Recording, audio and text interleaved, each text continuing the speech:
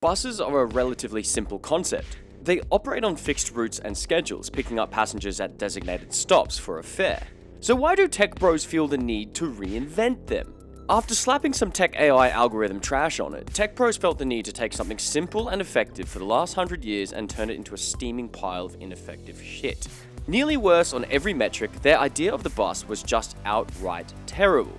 In their constant vain attempt of trying to make a unicorn transport product, tech bros have managed to come up with another version of the bus, the Demand Responsive Transport Bus.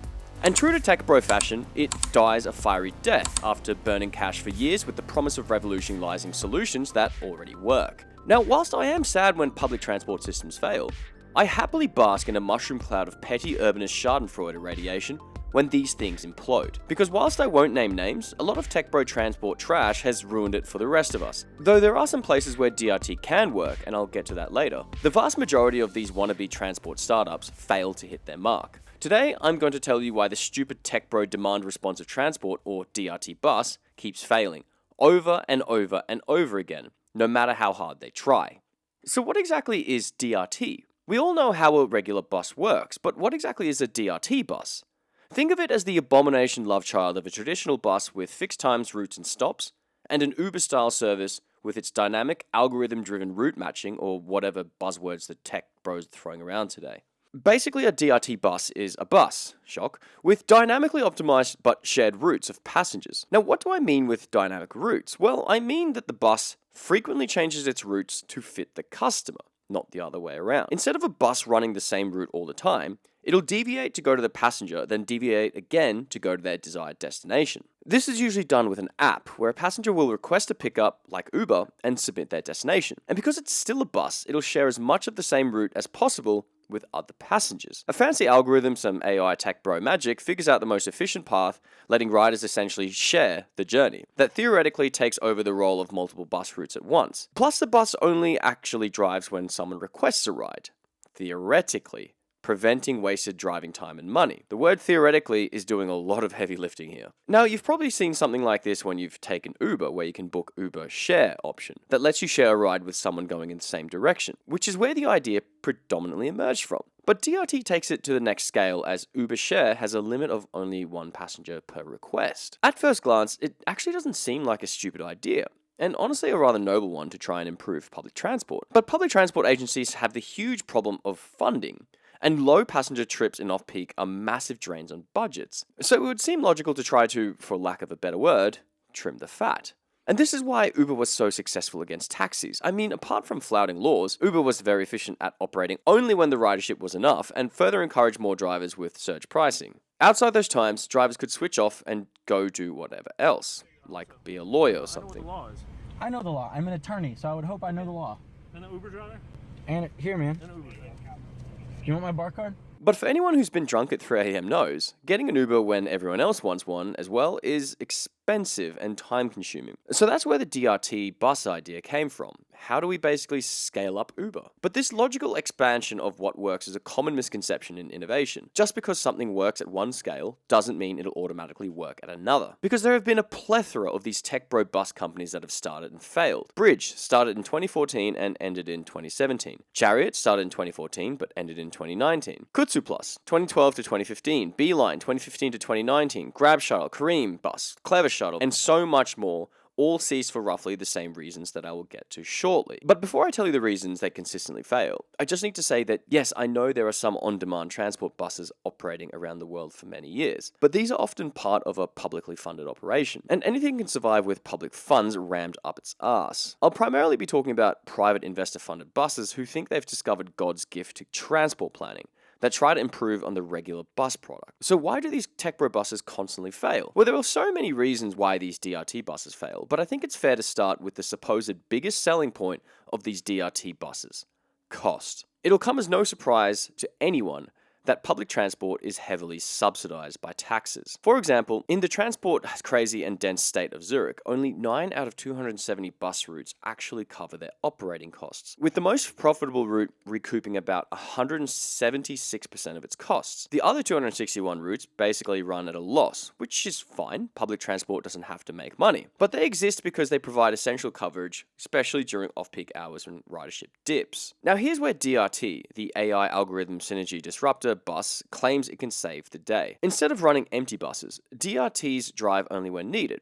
It sounds more cost efficient until you actually run the numbers. Across Europe and the US, DRT almost always costs more per passenger than a fixed route bus. In the UK, DRT pilots found average subsidies for DRT trips ranging from £10 to £15 per passenger, compared to about £3 to £4 for a regular fixed route local bus. While research does not state a precise density threshold, it consistently classifies DRT as appropriate mainly in low-demand contexts. In practice, UK DRT pilots commonly achieve only 2 to 5 passengers per vehicle hour, which significantly reduces its earning potential. Meanwhile, fixed-route buses in both Europe and the US typically carry 20 to 70 passengers per hour. So why does DRT cost more per passenger mile travelled? Well, because even if a DRT vehicle isn't constantly driving, it still has to pay for drivers, vehicles, insurance, and maintenance, all while carrying fewer people. Something that Uber can easily dodge by making their drivers contractors and making them supply their own cars. And these drivers are often around half the cost of operating what is essentially a bus. You end up with something that's not a bus, not a rideshare, but the worst of both worlds. With Uber, the drivers usually just go do something else in their downtime. But you can't exactly go tell a bus driver to go do something else, like his errands, with the bus. So DRT buses don't exactly save much money over regular bus routes, which was supposed to be a huge selling point of the system. May as well just run a regular bus that may pick up some spontaneous riders along the way. But one thing these private DRT bus startups got wrong is that to break even on most bus routes, fares would have to be set stupidly high. But they're not.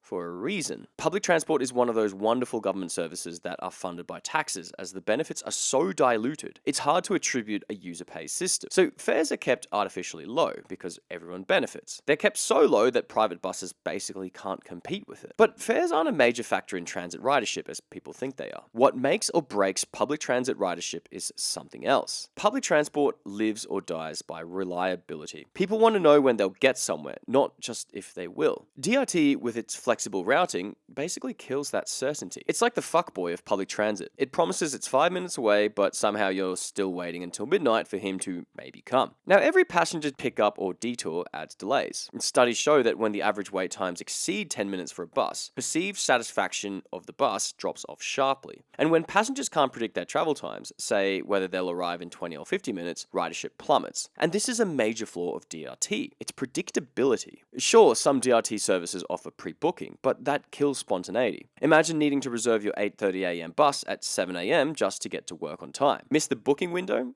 Well, stiff shit. Hope you enjoy paying for an Uber. As a real-world example, Roger French runs a blog where he writes about his experiences testing different bus services around the UK. In one post, he describes riding Nottingshamshire's DRT bus. When he went to get off, an old woman tried to board, only to be told by the driver that he didn't have her booking. It turned out she had phoned in and been given a slot 2 hours later than she thought. Roger ended up helping her by calling the booking line himself and getting her a ride on the spot. Yes, the mix-up was partly her mistake, but as Roger points out, under the old fixed route system, she would have simply boarded the scheduled bus that used to run at that time, before it was replaced by DRT. The whole episode shows how, in the misguided pursuit of ultra flexibility, these systems can actually end up being anything but flexible. And then there's traffic, because most DRTs operate in mixed traffic, without bus lanes or priority signals. They're just as stuck as cars, as the dynamic route optimization would divert DRT buses away from the bus lanes. Now, conventional buses, on the other hand, can use the dedicated lanes and signal priority, maintaining faster travel speeds and reliability. DRTs bouncing all over the map to pick up passengers can't really take advantage of these systems.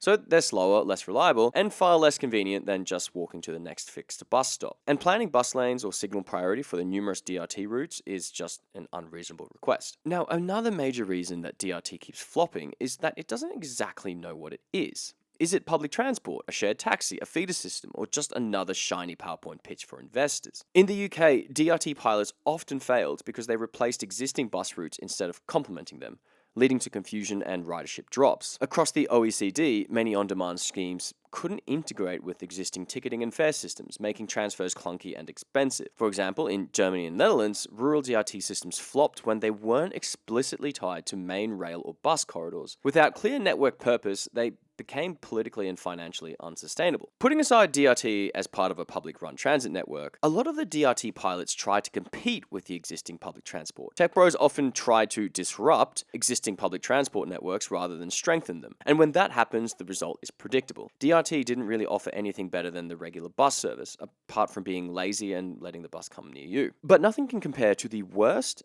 thing about DRT tech bro buses that make them consistently fail. But before I tell you that, hit those buttons that push my algorithm and comment the dumbest tech bro reinvention of public transport you've ever seen. I'd like to have a look at what you've got. Now let's talk about the final fatal flaw of these tech bro buses. DRT buses spawned out of a simple, almost logical idea. If Uber can dynamically route one person efficiently, why not scale that up for groups? After all, Uber already showed it could beat taxis on flexibility and price, well, until surge pricing hit. So why not apply the same algorithm to move 6, 10, or 20 people at once? It's a seductive thought, but one that crumbles the moment you scale it. Uber works when you've got one driver, one passenger, and a simple route. But the moment you start layering multiple pickups and drop-offs, the optimization problem gets exponentially harder. For every additional passenger, there are countless new routing combinations that the algorithm has to consider. Here's a rough example. Let's say you have multiple passengers with various destination requests. A few riders means not a lot of deviation or stops, so it remains somewhat functional. But when you increase that number, the dynamically optimized route becomes unpredictable and unworkable. Stops become too many, routes become way too deviated, and you may need a second bus servicing the location to meet demand. So to increase efficiency, you ask the passengers to walk a little further to collate pickup and drop-off locations, and oh, what do we have here? Does this not look like, let's say, a fucking bus route? Much like non-crustaceans keep evolving into a crab, a tech bro transit solution will always eventually evolve into a regular public transport service. Which is absolutely hilarious, because this is what the tech bros always try to do with their startup ideas. But they accidentally created the one thing that scales so poorly at high usage, which is the opposite of what they were trying to do. They can't survive on their own with low ridership, and they can't survive with high ridership. They're basically stuck in startup purgatory. But this is where the whole tech bro fantasy collapses. Mass transit works because it's mass. Once you hit congestion or dense demand patterns, i.e. the places DRT supposedly optimizes transport, it becomes just another car in traffic, a very expensive, inefficient, over-engineered car. But before I cap off this stupid reinvention of what we already have, I need to briefly talk about the on-demand buses that do exist and what they have brought us. Where DRT can still compete with Uber is as a government-funded service in low-density areas, linking rural communities with nearby towns or major transport hubs. I've talked about poor transport integration, but for last-mile trips in places with very few regular commuters, DRT can actually work quite well. Having a clunky DRT bus is a lot better than no bus at all, and often it's the first step towards increasing transit ridership. First, you start with a DRT bus that's funded publicly, then you can step it up to a regular bus route once ridership increases. The question why Uber simply can't take over this role as a government-funded service has countless reasons, but there are two major ones. Towns and cities that did end up giving Uber the public transport contract where the city subsidized rides ended up spending more public funds on a service in the end, when compared with their previous regular bus service. It came as a surprise to no one that Uber essentially took the public finances for a ride, pun intended. But also because Uber was more reliable and faster than the previous buses, people obviously started using it more. Does that sound familiar with regular transport? Now, the other major reason that Uber can't really do this DRT role is accessibility. Publicly funded DRT vehicles are purpose-built and equipped to handle mobility-impaired people, particularly wheelchairs. Private Uber cars can do it, but a purpose-built machine with a ramp and equipment does it a lot better. The requirement of the government to provide wheelchair-accessible transport for a reasonable price makes low-scale publicly funded transport the preferred option over Uber. But in a lot of places where they have tried DRT, honestly, these places don't really need DRT. They just need a better bus service that people would actually use. Better land use with high density to support public transport, and fundamentally, a better public transport funding model. But in very low density areas that would make some American regions blush, such as the Appenzell region in Switzerland,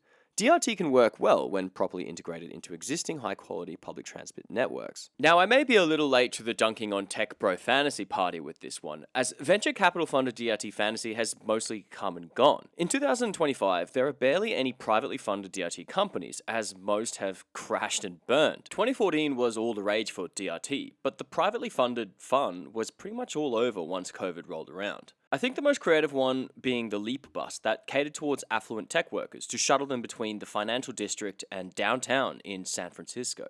It predominantly ran along existing local bus routes, but it made its point clear about who their desired clientele is by charging $6 for a one-way trip, providing onboard Wi-Fi, a juice fridge, coffee machine, and a WeWork-style decor. If it wasn't clear from the start, stay out, pause. But as much as it sounds like the world's biggest wankmobile, I'm all for that product. It's a free market in a free country. If it takes a bus to be dressed as a WeWork for more than double the price of a regular bus in order to drag people to mass transit, then have at it. But this Leap bus is a hilarious case. It didn't fail because it wasn't profitable. Actually, quite the opposite, as it made a profit during its trial. No, it failed because it did the most tech bro thing imaginable. It disregarded laws and was forcefully shut down by the city for failing to provide disability access, which makes it doubly hilarious because they used former municipal buses that were already equipped with deployable wheelchair ramps, but they ripped them out so they could install a juice fridge. Now, to sum it up, tech bro buses weren't about connecting people. They were purely about trying to scale up Uber into another tech bro startup unicorn. The fact it fails to operate effectively as a private venture from both low and large scale, its incredible unreliability, and its life support from public funding means the product wasn't serious, and is of no surprise why the private ventures spectacularly failed. And it'll also come as no surprise to anyone that improving the regular fixed bus route product is a more viable solution than whatever this thing is supposed to be. That's not to say that DRT buses don't have their place in low density and low ridership areas, but they're just another tool for public transport companies to use. But this idea of trying to become a new type of bus that removes all the ways to make buses profitable was as futile as it was silly. If you like this content, be sure to check out my other stuff on transport and urban planning.